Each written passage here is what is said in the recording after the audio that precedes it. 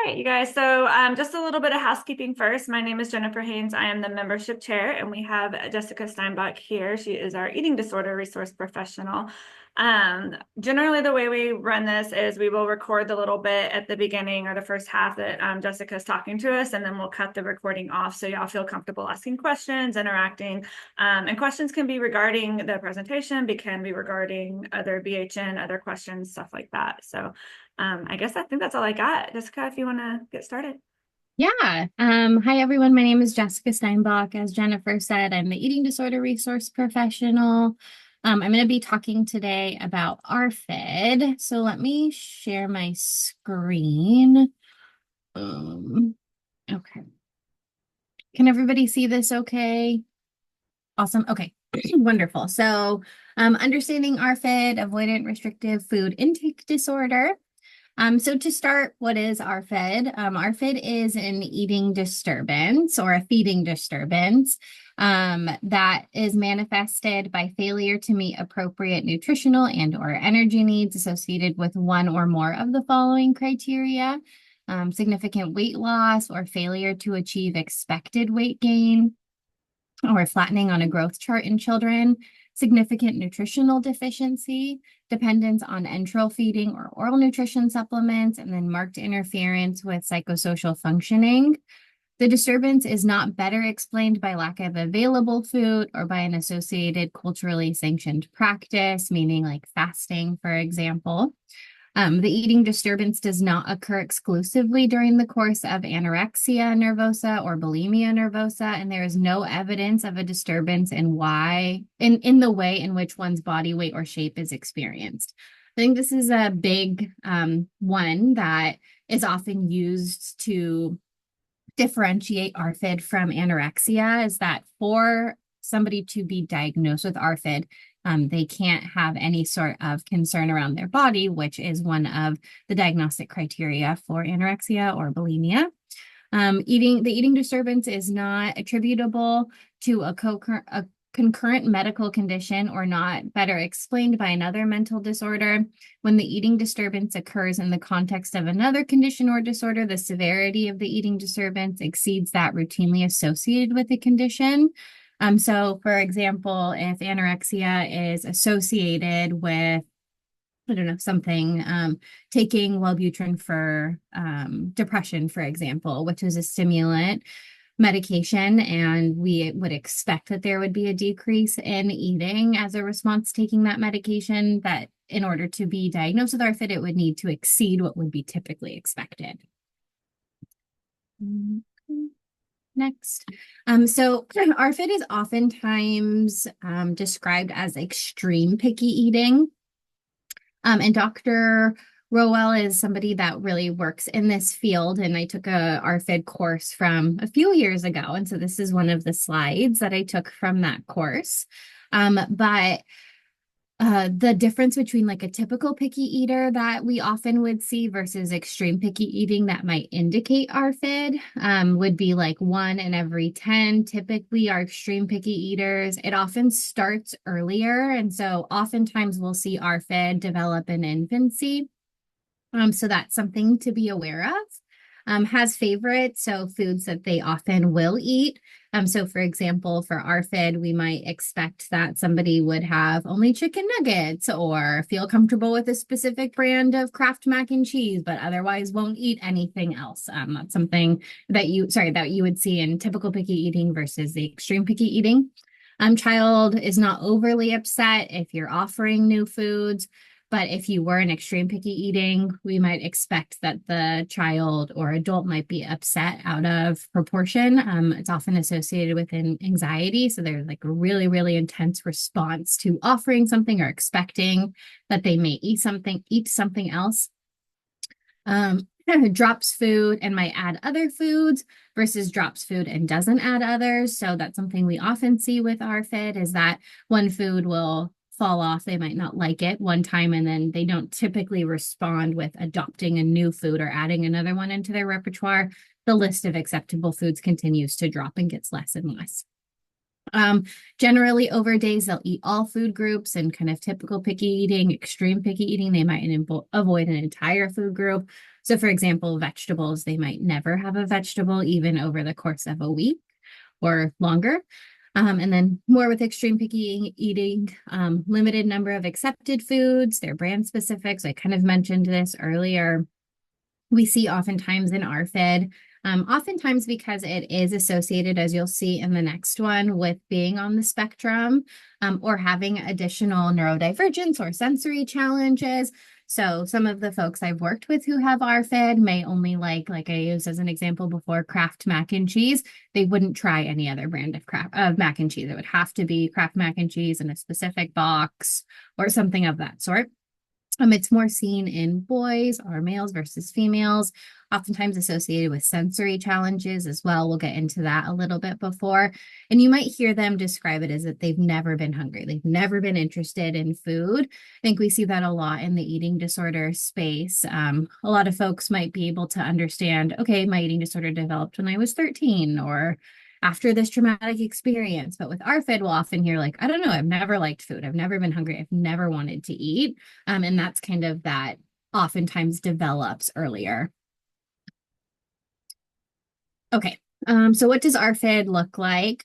And I say here, meaning like in the eating disorder spaces. The initial time that I used a presentation similar to this, I was presenting at a treatment center. I think a lot of the times folks who are working in eating disorders are either working in a treatment center or an outpatient setting. And so this is kind of what we're going to be focusing on, is what that might present like. So fear of eating certain foods, like I talked about earlier, related to fear of choking, fear of vomiting, texture, other sensory distress. This may have developed earlier in life. Maybe they had an experience where they choked on something and then it kind of developed into a fear of choking that persisted throughout life. Emetophobia is often associated with ARFID. So if somebody had food poisoning, for example, from orange juice as a child, and then it just progressively got worse. They became more and more fearful of vomiting. So they started to avoid a variety of different foods. Texture aversion, again, something I think is often associated with folks who are on the spectrum or have other neurodivergence or neurodivergencies. So that would be maybe they struggle with mushy foods, yogurt I see often, oatmeal, maybe they don't like things that are crunchy. So that might be something that triggers avoidance of specific foods or specific food groups, other sensory distress.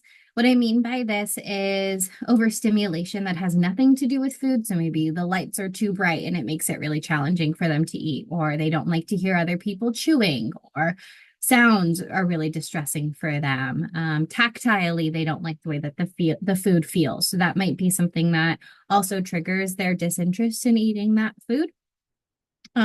Needing to modify food in various ways in order to eat. So some examples that I listed are needing to eat fruit with Nutella. So only being able to tolerate fruit if it's paired with Nutella. Maybe Nutella is their safe food. And so if they can disguise the other foods by covering them in Nutella, then they're okay with it, but otherwise they won't eat it. Or toasting bread in a certain way. This is something I'll see where it has to be like lightly toasted, but if it's under toasted or over toasted, then they don't tolerate that food. ARFID and other eating disorders. So there can be co-occurring with ARFID and other eating disorders. So folks who suffer from ARFID can also suffer from other eating disorders or disordered eating and receive a diagnosis for that other eating disorder.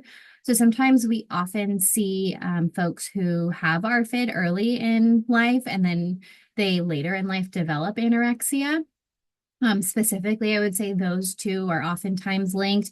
Typically, at least from what I've learned and what's been shown in the research, it's more so like they might have lost weight related to ARFID and then they become praised for it, or they see that folks are treated better if they're in a smaller body, and then it kind of triggers that concern around their body, which might shift them into also having anorexia in addition to ARFID. If somebody is diagnosed with another eating disorder secondary to ARFID, that secondary diagnosis, so anorexia, bulimia, orthorexia, needs to be addressed prior to addressing the ARFID. So typically we would work on managing the anorexia. Once they're well nourished, then we can work on managing the ARFID. That makes it a little bit complicated, especially if you've worked in a treatment center. If they have very limited food variety and we're trying to help them weight restore, really work through their anorexia, that can make it more complicated. And so that's kind of something to consider, especially if you work in that space, is how can we support folks who have co-occurring eating disorders without viewing it as like special treatment, which we'll talk about. So what can we do? Reducing sensory input. Typically, this is approved by dietitians or therapists, especially in the treatment center space, but even in the outpatient setting, trying to work with the therapist to support patients, especially with when they're eating during eating times. So headphones can be really supportive with reducing outside stimuli from other people talking, things clinking together, people chewing, etc. Blankets, I think, can be really helpful. A lot of the times it will be helpful for folks to feel really safe and secure. And so a lot of the times they might put a blanket over their shoulders or wear a specific sweatshirt that they like, wearing a hood. Those types of things might be kind of comforting objects. Wet napkins can be helpful to reduce any sort of food remaining on their hands. I think that can be something that is overstimulating a lot of times for folks. And so allowing them to have like wet wipes or napkins, wet napkins next to them while they're eating so that they can wipe their hands in between bites if anything gets on them that is uncomfortable. Sunglasses can help reduce light disturbance. So a lot of the times, especially in, I would say, treatment centers, they might have those like overhead fluorescent lights, which might be really irritating to some folks. So allowing them to wear sunglasses at meals or even at home. A lot of the time, clients that I work with who have ARFID tend to be younger. And so really working with the parents on understanding like, it's okay for them to wear sunglasses at meals. And maybe we consider allowing headphones or earplugs to see if that helps with improving how much they're eating at a meal. And then stimming is essentially like engaging in some sort of activity that helps with reducing overstimulation. So something as simple as playing with one of these types of toys at meals. Sometimes people will rock back and forth, or they'll shake their hands, shake their feet. Those can be forms of stimming that might be supportive with reducing overstimulation, might make them feel a little bit more comfortable while eating. Understanding limitations, I put in parentheses like patient care technician or behavioral health technicians at treatment centers can support patients with praising their efforts for trying something new. And as providers, we can do this as well as dietitians, therapists, trying not to push them to continue with the meal if a limit is set. And so this is something I think unique to ARFID that's really important, is that we don't have expectations of completion or meeting milestones. So for example, if we're doing a food exposure with a patient and we're using blueberries as an example, and I put a blueberry in front of them and I say, okay, this is a blueberry. How do you feel about it? Right? We're really working on them even looking at that food is a success. I wouldn't have the expectation during that food exposure that they're going to touch it or smell it or lick it or taste it, more so just getting comfortable with that food. It might take a lot of time for them to even be comfortable putting it in their hand. And so not pushing past that point, because if we put too much pressure, oftentimes that can create kind of a backlash or an alternative response to what we want. There's a lot of demand avoidance that often accompanies ARFID. So we want to be understanding, move slow through this process, allow them to engage with that food when they feel comfortable so that they feel safe in order to be able to continue to engage with that food longer term. Is this special treatment? So I think that a lot of times we can kind of think like, well, if I'm not doing this for other people, why am I doing it for this patient? Or, you know, whatever it might be, especially in treatment centers. I think this was something I came across often when we had folks who had ARFID and were there, maybe folks with anorexia or with bulimia weren't allowed to eat food in order, but the folks with ARFID were allowed to. And so understanding why it's different, I think this is a really helpful quote that I got from one of the trainings that I did. And this client says that wiping my hands stopped them from being sticky, a sensation I absolutely hate and dominates my brain until I can get rid of the sensation. Small bites meant I could process each mouthful. Eating with my hands made the food feel safer. These were ways I had of coping with eating. They weren't barriers, but quite the opposite. However, they weren't deemed to be normal and therefore wouldn't be allowed. And so understanding that this isn't a typical presentation of an eating disorder in the sense that we would think like with bulimia or anorexia, where they're using food behaviors as maladaptive coping skills for dealing with the distress. This is more so understanding the accommodations that these clients need in order to actually be able to engage with food in a way that allows it to be safe for them. And then improves their nutrition because they're actually able to eat by doing things like wiping their hands or taking small bites, etc. Okay, so what can we do in sessions? Food exposures with both therapists and dietitians can be really helpful, especially if you're working in a treatment center. It might be outside of the scope of a therapist to do a food exposure completely by themselves, or outside of the scope of a dietitian to do a food exposure completely by themselves. It's really patient dependent, I would say. But therapists can help by introducing like CBT, DBT, other therapeutic techniques at mealtimes to help reduce fear and anxiety. Medication might also be supportive for this. It's like a PRN before doing a food exposure, or maybe just like a daily anxiety medication. Dietary interventions, chaining, which would be a process of starting with a safe food. So let's take dino nuggets, for example. So the dino nuggets is the safe food, and the food that we want to introduce is fish. So we would start with the dino chicken nugget. Then we might move to a homemade chicken nugget. So it's slightly different, but still within that chicken nugget family. And then we might move to like a breaded fried fish stick that kind of resembles that homemade chicken nugget. And then from there, we might be able to move over to trying fish that is not breaded and fried. So that's what chaining would be, putting all of these different foods together until we get to the new food that's introduced. So typically we'll have clients kind of earlier on say, these are my safe foods, these are the foods I want to try. And then together with us, the therapist, the client, we can kind of come up with ideas of how to get them stepwise to that new food. Fading would be having like less and less amounts of that food over time. So the blueberry example that I used, maybe they really like blackberries, but blueberries not so much. So we have a bowl of blackberries and then we put a half of a blueberry in there. And then the next time we do one blueberry, and then the next time we do a fourth blueberries, and then the rest blackberries, and then kind of stepwise until we have a bowl of blueberries and no blackberries. So kind of fading in and out of those foods. Alternative preparation. So say the client wants to eat chicken, but they can't tolerate boiled chicken. So we work on broiling it, or we put chicken in a soup or an enchilada or something else so that that food is present, but it's not the star of the show, which might be kind of overwhelming. So finding other ways to prepare that. And then eating away from meal times, sometimes like sitting at a table with a lot of people with stimulation might be overwhelming and might not be the best experience or time for that patient to try to eat. And so maybe rather than trying to do food exposures at the table for dinner time, we do a separate time during the day, their favorite time of the day. Maybe they love when they get home from school. And so we do a food exposure after school when they're really happy, they're excited to do it, and it doesn't have that added anxiety of meal times with family or friends or other folks in a treatment center, etc.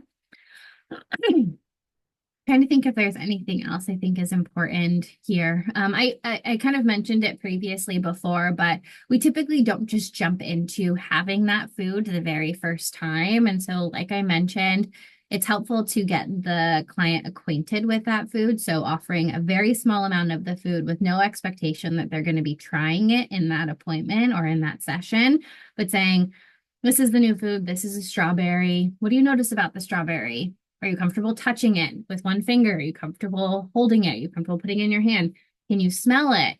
Can you kiss it? Can you lick it? Do you mind taking a bite? Can you take 2 bites? Can you chew it and then spit it out, right? So really making sure that they feel comfortable with that food in whichever way feels best for them before they're actually expected to eat that food can be really supportive.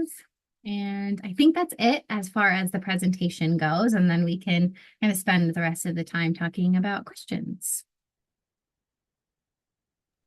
Awesome. Thank you, Jessica. I am missing the record. There it is. Okay.